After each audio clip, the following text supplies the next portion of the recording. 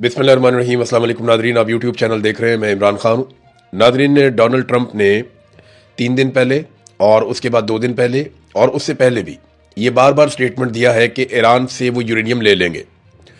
बल्कि Donald Trump ने 3 दिन पहले ये दावा भी किया कि ईरान अपनी यूरेनियम अमेरिका के हवाले करने पर राजी हो गया। ये दावा सुन के मैं भी हैरान हो गया था और समझ नहीं आ रही थी कि इतनी बड़ी कुर्सी में बैठा हुआ शख्स इतनी गैर जिम्मेदारी वाली बात कैसे कर सकता है। तो मुझे लगा कि शायद वाकई ईरान अपनी यूरेनियम अमेरिका को देने पर राजी हो गया। कुछ बड़े अच्छे जर्नलिस्ट हैं, उन्होंने भी ये कहा कि वाकई में डोनाल्ड ट्रंप ने ये स्टेटमेंट दिया है तो ऐसा हो जाएगा। इंटरनेशनली ये खबर छप गई थी। लेकिन बाद में ईरान की जानिब से चिट्टा इनकार आ गया। ईरान ने कहा जी हम तो नहीं करते, हम यूरेनियम तो नहीं देंगे। फिर डोनाल्ड ट्रंप ने कहा नहीं जी, कोई और सोल्यूशन है, कोई और तरीकाकार है, उसके तहत वो यूरेनियम रहेगी ईरान में, लेकिन निगरानी में रहेगी और वो कुछ और मामला हो जाएगा। इस तरह से डोनाल्ड ट्रंप ने खुद तो नहीं, लेकिन उसके साथियों ने, उसके करीबी लोगों ने मीडिया में ये चलवा दिया। अब डोनाल्ड ट्रंप ने आज के दिन में एक नया स्टेटमेंट दे दिया। नए स्टेटमेंट में डोनाल्ड ट्रंप ने कहा कि एक ऑपरेशन हुआ था मिडनाइट हैमर। ये ऑपरेशन पिछले साल ईरान के खिलाफ किया गया था अमेरिका और इसराइल की जानिब से। ये जून 2025 की बात है।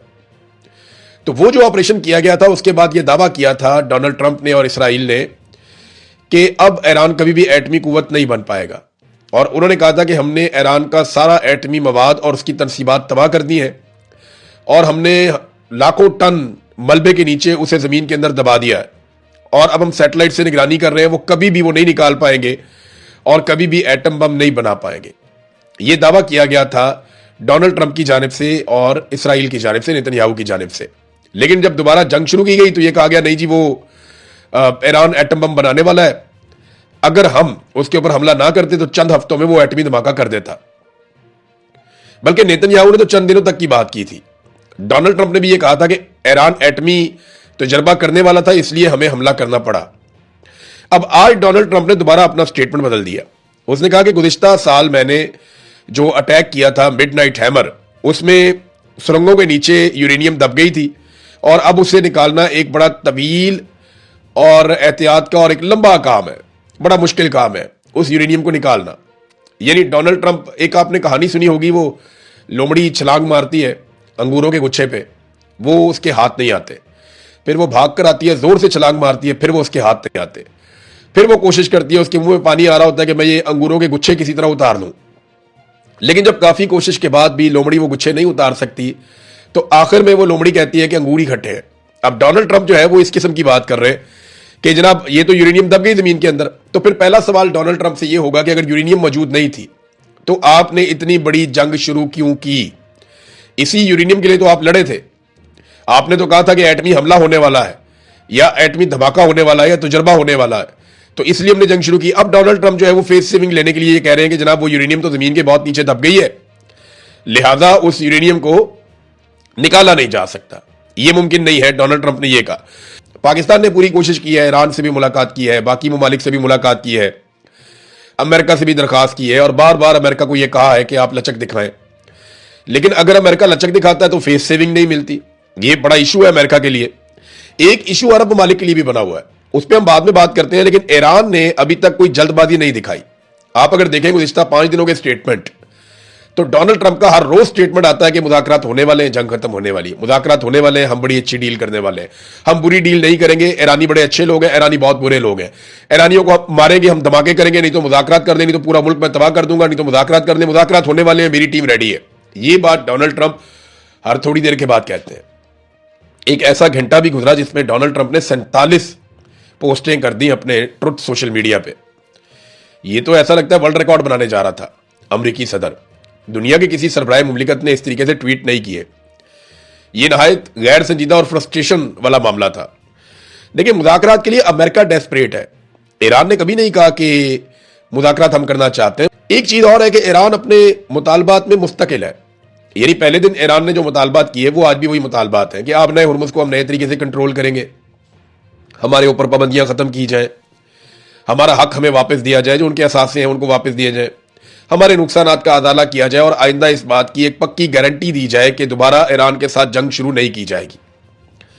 वो जो मुतालबात ईरान के पहले दिन से हैं, लगभग वही मुतालबात अभी भी है। दूसरी जानिब अमेरिका के मुतालबात तब्दील होते रहते हैं। क्योंकि उन्हें फेस सेविंग नहीं मिल रही। कभी वो बड़े सख्त मुतालबात करते हैं, कभी उनके मुतालबात बड़े नरम हो जाते हैं, लेकिन जब तनकीद होती है तो दोबारा सख्त मुतालबात पे आ जाते हैं। तो उनके मामला ऊपर नीचे हो रहे हैं। एक चीज नादरीन आप याद रखिएगा कि पाकिस्तान में होने वाले मुज़ाकरात में दो अहम फरीकैन हैं, एक अमेरिका और दूसरा ईरान। लेकिन एक बात अपने ज़हन में हम सबको रखनी है कि इसमें कुछ और भी स्टेक होल्डर्स हैं जो बहुत बड़े स्टेक होल्डर्स हैं। एक इसराइल बहुत बड़ा स्टेक होल्डर है और दूसरे अरब ममालिक एक बहुत बड़ा स्टेक होल्डर है। ये हम सब जानते हैं, खुलकर इसके ऊपर बात नहीं होती, खासतौर पे जिस खित्ते में हम रहते हैं वहां तो नहीं होती, कि अरब ममालिक और ईरान के बीच में एक चपकलिश चल रही है और ये कई दहाइयों पर मबनी है। ये एक दूसरे को बिल्कुल पसंद नहीं करते, बल्कि अरब अपने लिए खतरा समझते हैं ईरान को। ये एक शिया सुन्नी डिवाइड भी है जो बहुत पुरानी मौजूद है, हम सब इसे जानते हैं, कोई ढकी छुपी चीज ये नहीं है। अब मामला यह है कि ये जो अरब ममालिक है इनका क्या बनेगा। देखिए, अरब ममालिक के तीन बड़े कंसर्न हो सकते हैं इस सारी लड़ाई में। इसराइल के भी इसी किस्म के कंसर्न हो सकते हैं। ईरान अगर एक एटमी कुव्वत बन भी जाता है तो क्या वो किसी अरब मुल्क के ऊपर एटम बम मारेगा? कभी नहीं मारेगा। तो कभी किसी मुसलमान मुल्क पे एटम बम नहीं मार पाएगा। ये बात अरब ममालिक जानते हैं, अच्छे से जानते हैं। ईरान अगर कभी एटमी मुल्क बना तो इससे सबसे बड़ा खतरा इसराइल को रहेगा। यह सबको पता है कि इसराइल ही खतरे में रहेगा अगर ईरान एटमी कुव्वत बन गया तो। जैसे पाकिस्तान एटमी कुव्वत बना तो खतरा इंडिया के लिए था। इसराइल तक तो हमारे मिसाइल अभी नहीं जाते, लेकिन इंडिया के लिए सबसे बड़ा खतरा था और इसराइल को यह लगता था कि पाकिस्तान एटमी कुव्वत बन गया तो इसराइल के लिए भी एक खतरा है। ईरान एटमी कुव्वत बना तो मुसलमान मुल्कों को ऐसा खतरा नहीं होगा। तो उनका मसला क्या है या इसराइल के बाकी प्रॉब्लम्स क्या है? ये तीन ऐसी चीजें हैं जो मुज़ाकरात में डिस्कस नहीं हो रही। यानी वो कंसर्न जो अरब ममालिक के और इसराइल के हैं वो मुज़ाकरात में डिस्कस क्यों नहीं हो रहे? उनमें सबसे पहले ये है कि मिसाइल और ड्रोन प्रोग्राम, यानी अरब ममालिक ईरान को ताकतवर नहीं देखना चाहते, इसराइल भी ईरान को ताकतवर नहीं देखना चाहता। तो इसराइल का जो मिसाइल और ड्रोन प्रोग्राम है जिसके जरिए से उसने अभी तहोबाला कर दिया पूरे रीजन के अंदर अमेरिकी हथियारों को, वो खतरा है इनके लिए, खित्ते में मौजूद ममालिक के लिए। तो उनकी एक जरूरत है कि इसराइल का जो मिसाइल और ड्रोन प्रोग्राम है उसका खात्मा हो जाए। दूसरा, वो ईरान के अंदर एक रजीम तब्दील करना चाहते थे।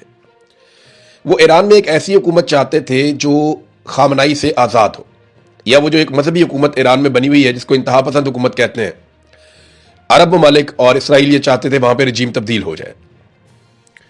तीसरा, ईरान कुछ प्रॉक्सीज को सपोर्ट करता है अरब ममालिक और इसराइल के मुताबिक, जिनमें हिजबुल्लाह है, हमास है, हौसी है और दीगर कुछ ग्रुप हैं जिन्हें ईरान सपोर्ट करता है इस रीजन में। अरब ममालिक ये चाहते हैं कि ईरान वो सपोर्ट भी खत्म कर दे और वो सपोर्ट ना कर पाए। तो इसके लिए जरूरी है कि ईरान में एक नई हुकूमत बन जाए, ये प्रॉक्सीज की सपोर्ट बंद हो जाए और ईरान का मिसाइल और ड्रोन प्रोग्राम मजीद महदूद हो जाए या खत्म हो जाए। ये चीजें तो टेबल पे ही नहीं है।